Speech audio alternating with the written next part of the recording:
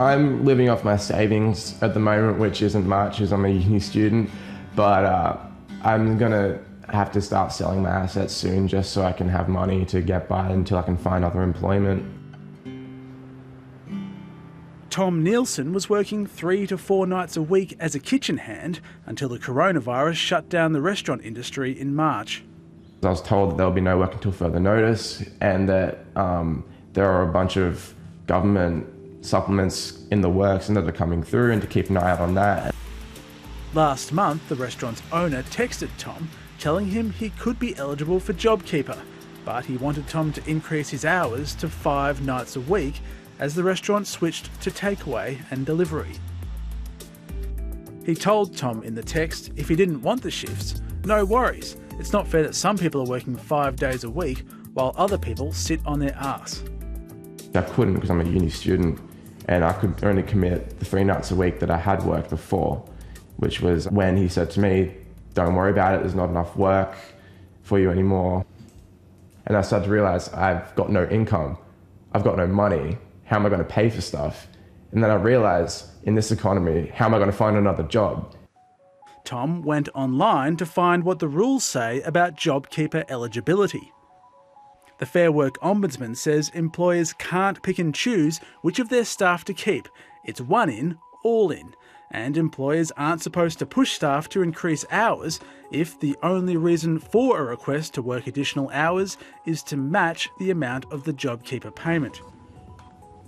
Tom tried telling that to his boss, but the response was blunt. He texted back, "It's my business. I can do what I want. And you just want $750 a week for doing nothing. You're being a petulant child."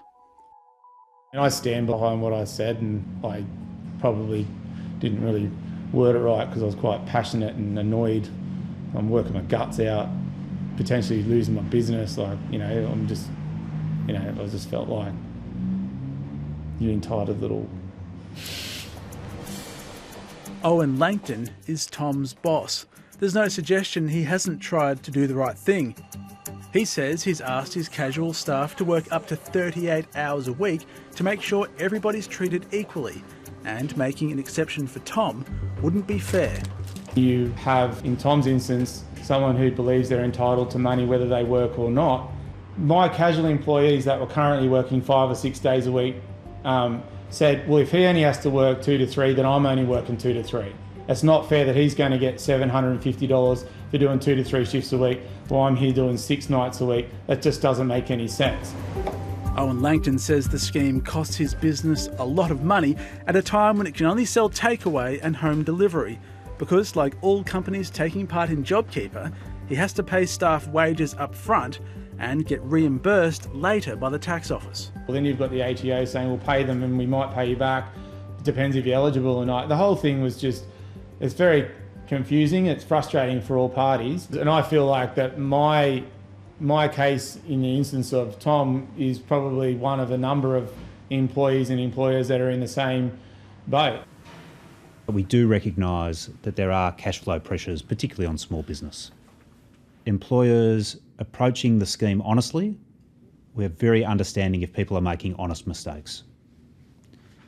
For those making deliberate mistakes, of course, there are a range of penalties.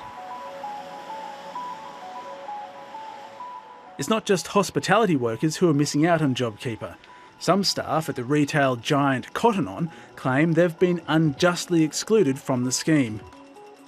It just feels unfair, and I feel like a lot of people would be in this situation. There'd be a lot of people like me that their employees are maybe manipulating or taking advantage of the system. Hannah Fitchett worked at a Cotton On store for 2 years before it closed its doors in March. Now the company says she's ineligible for JobKeeper because she took a 6-month leave of absence to travel overseas last year.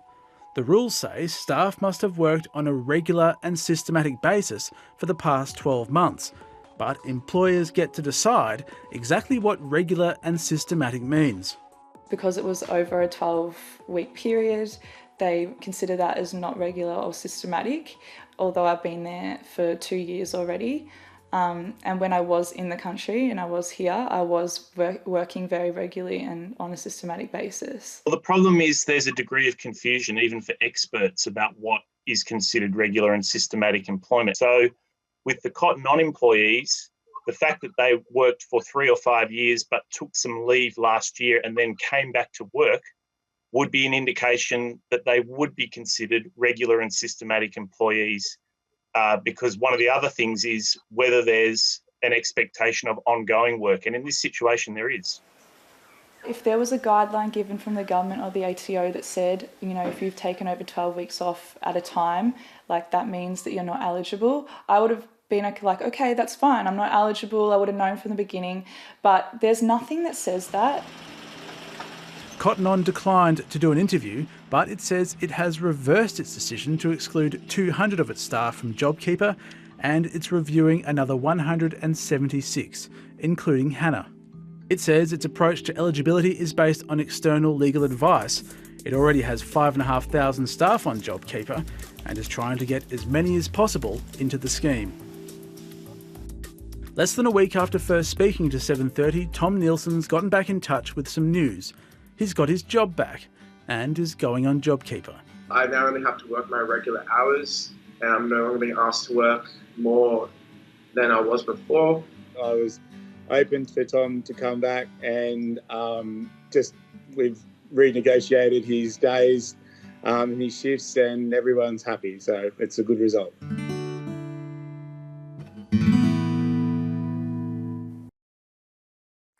Hi, I'm Lee Sales. Thanks for watching this story. If you'd like to watch more of 7:30's stories, they are on the left of your screen. And tap on the button below to subscribe and get the latest from ABC News.